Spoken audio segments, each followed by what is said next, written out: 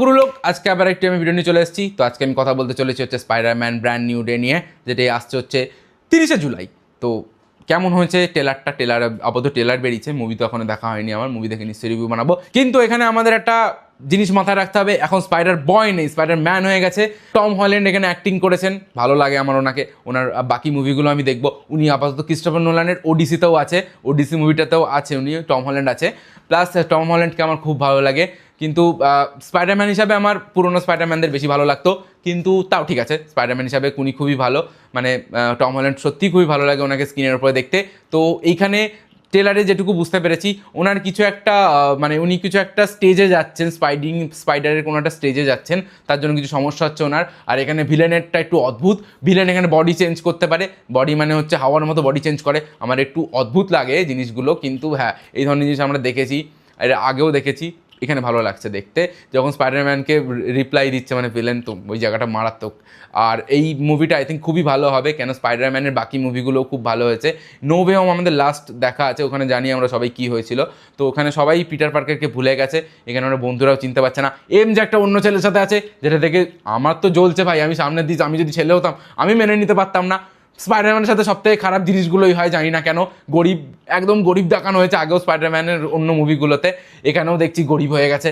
আমার এই গরিবই দেখতে খুব ভালো লাগে, স্পাইডারম্যানকে স্ট্রাগল করছে, এটাই স্পাইডারম্যান, এটাই হচ্ছে সমাজের চিহ্ন, সেটা স্পাইডারম্যান তুলে ধরে।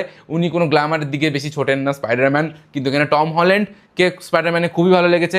আর আমি আশাবাদী যে খুবই ভালো হবে। এখানে হাল্কও আছে, হাল্কের তো মারাত্মক লাগছিল, হাল্ক যখন স্পাইডারম্যানের সাথে প্রথম যখন ফাইটিং হলো তো মারাত্মক লাগছিল। স্পাইডারম্যানের ক্যারেক্টারে টম হল্যান্ডকে মারাত্মক লাগে। আর সিনেমা হলে এটা যদি আসে আমি তো দেখতে যাবো, কেন আমি মার্বেলের খুব বড় ফ্যান। আর সামনে ডুমসডে আসছে, তো ডুমসডের সাথে যদি কানেকশন দেখিয়ে দেয় তো মারাত্মক ব্যাপার হবে। আমি জানি না সনি পিকচার কী করবে, মার্বেলের সাথে ঠিকঠাক করে টাই আপ করেছে নাকি আমি তাও জানি না, আমি অত খোঁজ রাখি না, কিন্তু আমি সিনেমা দেখতে যাই, মার্বেলের সিনেমা আমি ফলো করি। কিন্তু এখন যে সাগাটা চলছে আমার অতটা ভালো লাগছে না। আমার ইনফিনিটি সাগা অবধি খুব ভালো লাগছে, ভালো লেগেছিল, মানে এন্ড গেমের পরে আই থিঙ্ক দু একটা মুভি ছিল যেটা ইনফিনিটি সাগার ভিতরে ছিল, এখন তো মাল্টিভার্স সাগা চলছে, তো ভালো, বেশ আমার খারাপ লাগে না। আমি বাকি মুভি সবই ফলো করেছি, কিন্তু পিছনের দু একটা মুভি আমার দেখা হয়নি টাইমের অভাবে, তো আই থিঙ্ক ওগুলো আমি দেখে নেবো। আর স্পাইডারম্যানের এই মুভিটার জন্য আমি একটু এক্সাইটমেন্ট আছি, কেন আমি স্পাইডারম্যানকে পছন্দ করি। ছোটোবেলা দিয়ে প্রথম যদি কোনো সুপার হিরো মুভি দেখে থাকি তাহলে সেটা স্পাইডারম্যানই ছিল। প্রথম যদি কোনো কিছু মানে সুপার হিরোর জিনিস কিনে দেখি তাহলে স্পাইডারম্যানই ছিল। কেন স্পাইডারম্যান খুবই ভাইরাল ছিল সেই সময়ও, মানে আমি যখন ছোটো ছিলাম 2001-2 সালের দিকেও। আজকে ভিডিওটা এইটুকুই।